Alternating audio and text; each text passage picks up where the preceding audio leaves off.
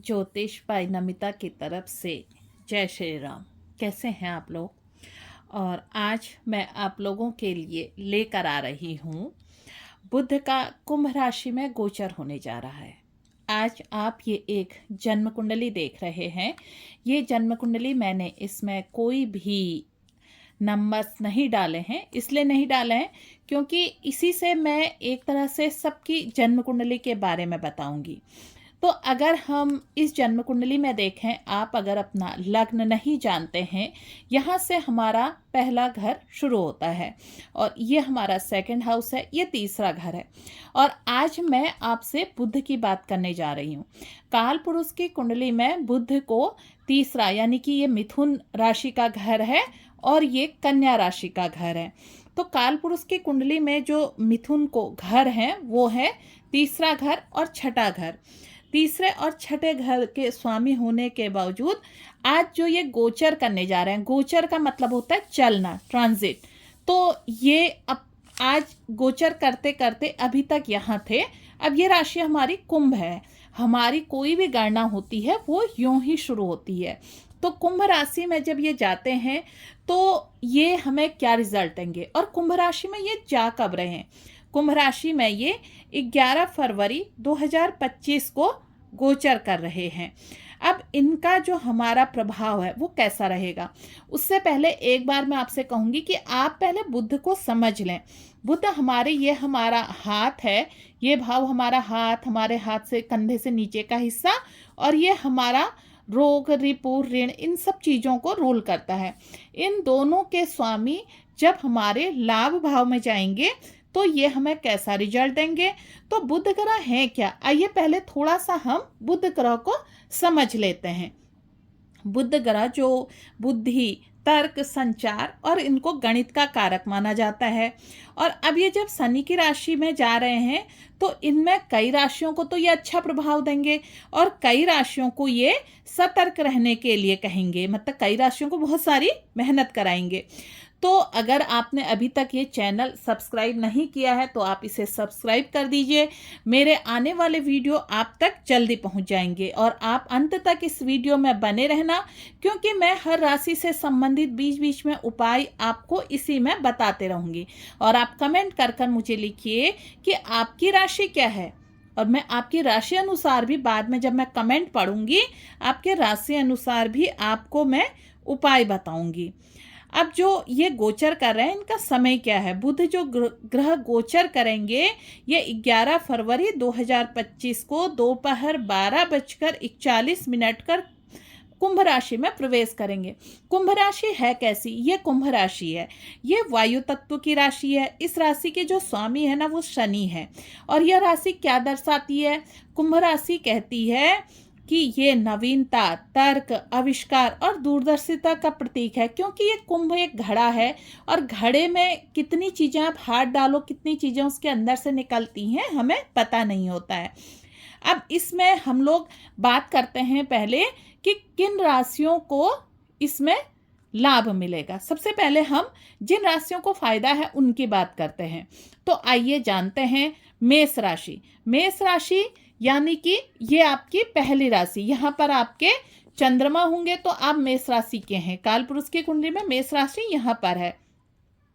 तो बुध आपके यहाँ पर गोचर करने जा रहे हैं। मेष राशि या मेष लग्न के जो भी लोग हैं उनके बुध यहाँ पर गोचर करेंगे। अब इस समय आपकी जो इच्छाएं हैं ना वो पूरी होंगी, क्योंकि लाभ भाव में आपके बुध जा रहे हैं। बहुत लंबे समय से आपको किसी चीज का इंतजार था तो इस समय वो चीज़ें पूरी होंगी। आप कहीं करियर में हैं तो करियर में आपकी उन्नति होगी, पदोन्नति होगी। विदेश जाने के लिए आपके बहुत समय से आपको समय नहीं मिल पा रहा था तो आप इस समय विदेश यात्रा भी करेंगे। व्यापार आप करते हैं तो व्यापार में आपको मुनाफा भी होगा। लेकिन क्या होता है, जब लाभ में होता है तो इसकी दृष्टि यहाँ पर जाती है। तो ये कहीं हमसे बच्चों के प्रति हो सकता है आपके अनावश्यक खर्चे हों, क्योंकि ये भाव हमारा किस चीज़ का है? संतान का है। तो इसलिए थोड़ा सा अपने खर्चों में आपने एक तरह से हाथ थोड़ा सा टाइट रखना है। दूसरी राशि है जो हमारी, वो राशि है कुंभ राशि। दूसरी राशि हमारी जो कुंभ राशि में जब बुध गोचर करने जा रहे हैं तो दूसरी राशि है हमारी मिथुन राशि। मिथुन राशि में जो यहाँ से अगर हम बात करें, खुद इसी राशि के ये स्वामी होते हैं और 3, 4, 5, 6 नंबर यहाँ पर आता है। तो ये पहले भाव और चौथे भाव के स्वामी होके गोचर कहाँ पर करेंगे? 6, 7, 8, 9, 10, 11 भाग्य भाव में। मिथुन राशि वालों के ये नवम भाव में गोचर करने जा रहे हैं, यहाँ पर को रहेंगे आपके बुध।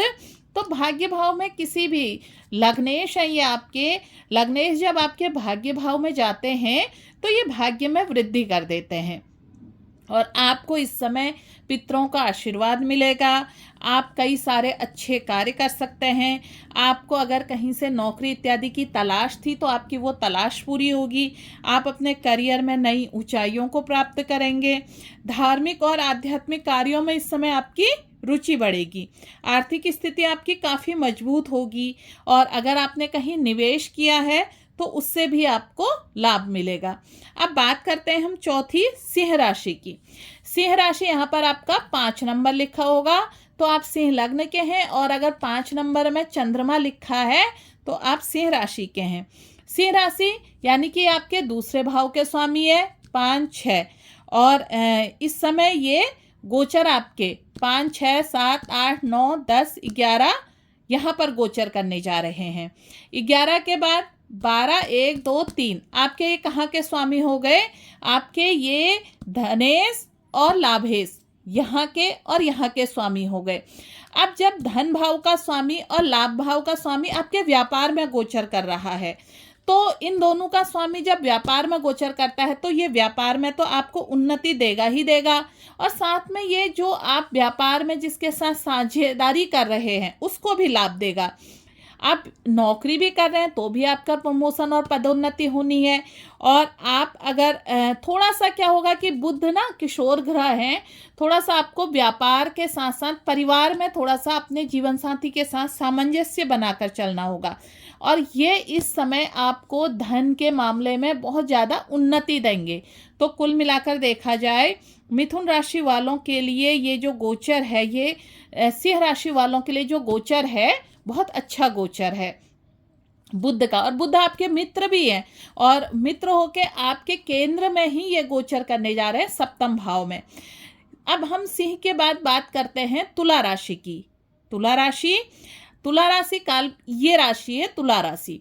अब बुध आपके कहाँ के स्वामी होते हैं? देखिए आपका यहाँ पर आया, अगर यहाँ पर आपका 7 नंबर है तो आप तुला लग्न के हैं और अगर आपके चंद्रमा 7 नंबर पर हैं तो आप तुला राशि के हैं। अब हम यहाँ से अगर गिनते हैं, देखिए 7, 8, 9, 10, 11, 12, 1, 2, 3। एक तो आपके बुध कहाँ के हैं? भाग्येश हैं। और उसके बाद क्या है? 3 के बाद 4, 5, 6 आपके व्यय भाव के स्वामी भी बुध हैं, भाग्येश और व्ययेश। आपके भाग्येश और व्ययेश का गोचर कहाँ हो रहा है? बुध आपके 5वें भाव में यहाँ गोचर कर रहे हैं। अब जब भाग्येश का गोचर 5वें भाव में होता है तो ये क्या करता है? आपके कई सारे रास्ते खोल देता है। संतान कहीं से अगर आपकी इस समय तक कहीं नौकरी इत्यादि में नहीं लगी है तो आपकी संतान नौकरी में लग जाएगी और विदेश जाने के योग भी संतान के इस समय बन रहे हैं। आपकी बौद्धिक क्षमता इस समय, तर्क शक्ति, बौद्धिक शक्ति, इन सब में आपका क्या होगा? इन सब में तीव्रता आएगी। बच्चे अगर आपके घर में तुला राशि वाले बच्चे हैं तो इस समय कंपटीशन अगर इत्यादि वो देते हैं तो इस समय उनको पूरा लाभ मिलेगा। शैक्षिक शिक्षा और प्रतियोगिताओं में बच्चों को तो सफलता मिलेगी। अगर वो कहीं इन चीज़ों पर निकल गए हैं और उनके इंटरव्यू इत्यादि हैं तो उनमें भी उनका क्या होगा? निकल जाएंगे। शेयर मार्केट में भी आपको अच्छा लाभ मिलेगा। आप ट्रेडिंग करते हैं उसमें भी आपको लाभ मिलेगा। और मैंने जैसे पहले से ही कहा कि संतान के लिए बहुत अच्छा समय है। आप कहीं प्रेम संबंधों में हैं तो इस समय वो प्रेम संबंध आपके विवाह इत्यादि में भी तब्दील हो सकते हैं। तो कुल मिलाकर तुला राशि वालों के लिए अभी तक का ये बहुत अच्छा है। अब हमें रहना किसको सावधान है, अभी मैं लास्ट में उन लोगों के लिए भी बताऊंगी।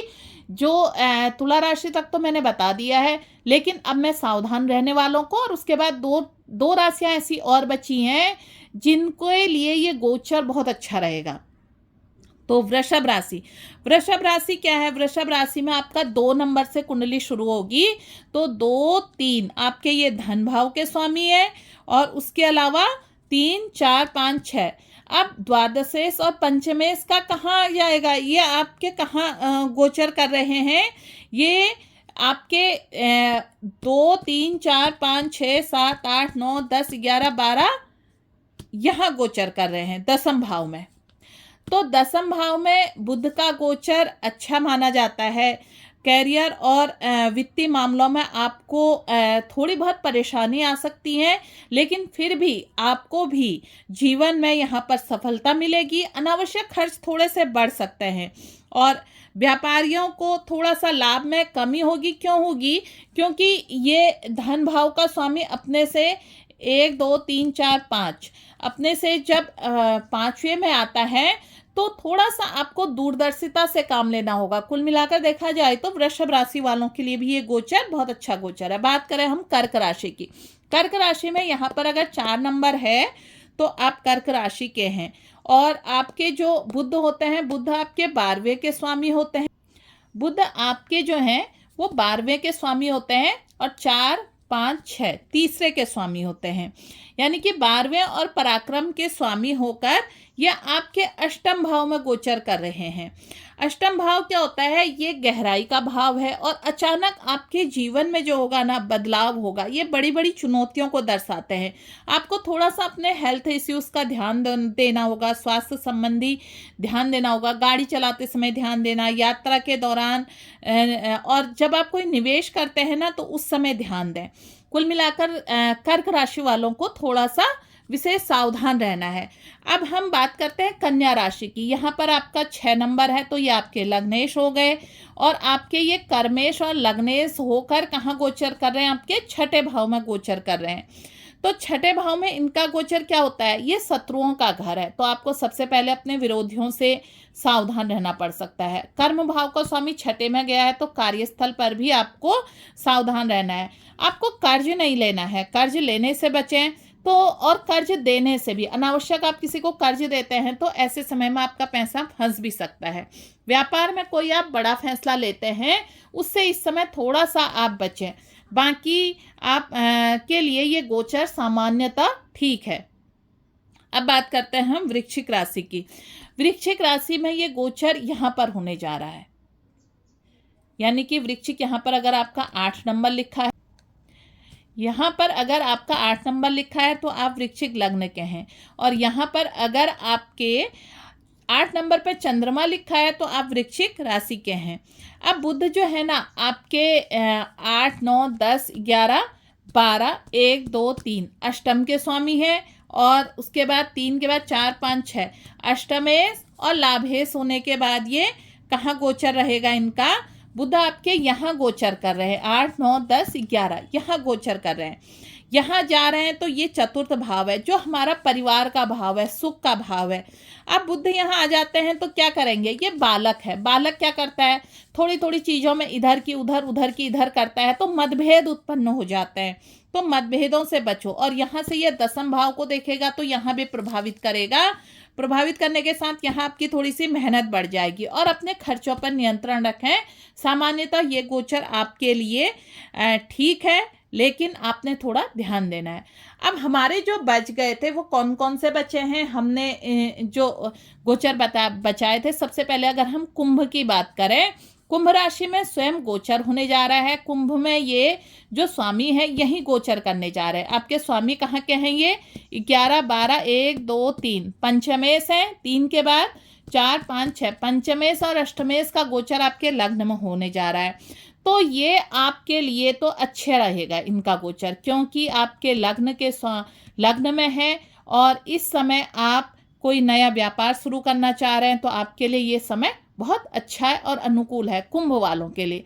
कुंभ के बाद अगर हम मकर की बात करें, मकर में ये 10 नंबर हैं, तो आपके बुध जो है वो धन भाव में गोचर करने जा रहे हैं, और आपके ये स्वामी कहाँ के हैं? आपके ये स्वामी हैं 6ठे के, 3, 4, 5, 6 भाग्येश का गोचर आपके धन भाव में होने जा रहा है।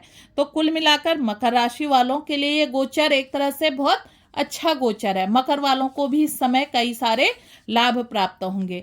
अब हमारी रही है यहाँ पर धनु राशि, 9 नंबर की राशि धनु में ये कहाँ है, 9, 10, 11 पराक्रम में बुध का, यहाँ से ये भाग्य भाव को देखेंगे तो धनु राशि वालों के लिए भी ये गोचर अच्छा गोचर है।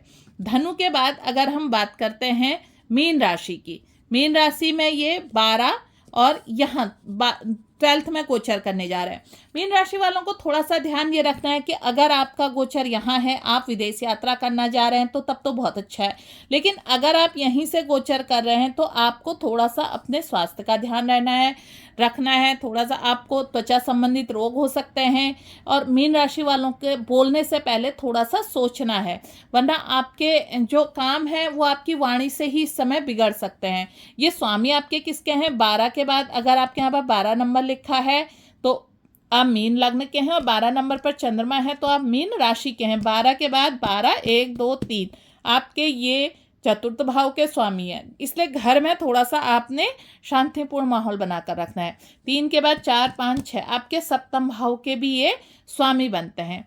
अच्छा, सप्तमेश और चतुर्थेश का गोचर जब 12वें में होता है ना तो ये थोड़ी सी दिक्कत तो पैदा करता है, इसलिए मीन राशि वालों को भी इसमें सावधान रहना है।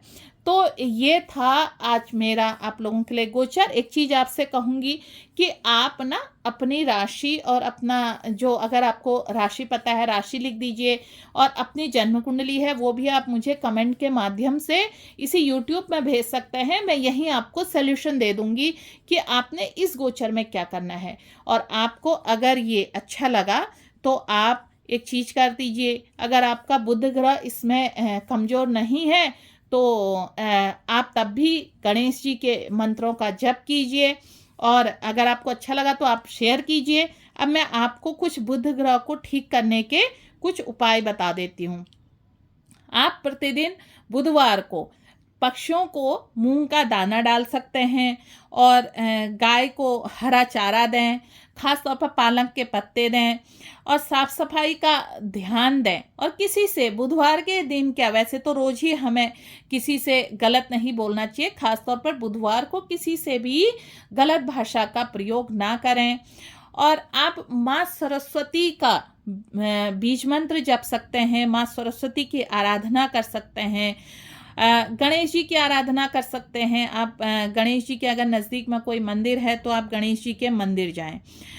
अब बुध का कुंभ राशि में गोचर कुछ राशियों के लिए तो शानदार अवसर लेकर आ ही रहा है, जबकि कुछ को सतर्क रहना है और कुछों के लिए सामान्य गोचर है। अगर आप भी अपने जीवन में सकारात्मक बदलाव लाना चाहते हैं तो जो मैंने अभी तक बुध के उपाय अपनाए उनको अपनाएं। लेकिन आप कुंडली प्रिडिक्शन करवाना चाहते हैं तो मैं निशुल्क कुंडली प्रिडिक्शन करूंगी। उसके लिए आपको हर रविवार को रात्रि 8 बजे मेरा लाइव होगा, उसमें आपको जुड़ना पड़ेगा और उसी लाइव में आप मुझे अपनी कुंडली और डिटेल देंगे तो मैं उसके लिए आपकी कुंडली निशुल्क देखकर आपको बता दूंगी। और अगर आपको ये जानकारी पसंद आई है तो आप इसको लाइक करें, शेयर करें और ज्योतिष से जुड़े रहने के लिए और हमारे अगले वीडियो के लिए हमारे चैनल में जुड़े रहें। और इस चैनल को अभी तक आपने सब्सक्राइब नहीं किया है तो आप इसे अवश्य सब्सक्राइब करें। जय श्री राम।